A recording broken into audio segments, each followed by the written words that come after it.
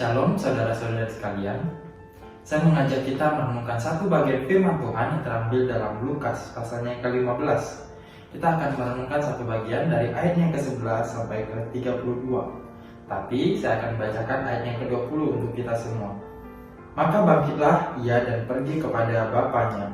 Ketika ia masih jauh, ayahnya telah melihatnya, lalu tergeraklah hatinya oleh belas kasihan. Ayahnya itu berlari mendapatkan dia, lalu merangkul dan mencium dia.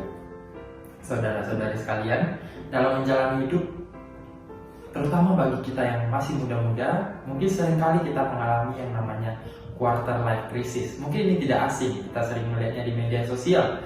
Quarter life crisis adalah saat dimana kita di usia seperempat abad, kita mengalami yang namanya kebingungan dengan jati diri kita, kebingungan dengan masa depan kita. Nah, saudara-saudara sekalian, seperti dengan si bungsu ini, ketika ia mendapatkan harta dari bapaknya, warisan yang diberikan bapaknya kepada dia, ia langsung pergi tanpa mengingat ayahnya. Ia pergi berfoya-foya bersama teman-temannya. Saat uangnya masih banyak, temannya juga banyak.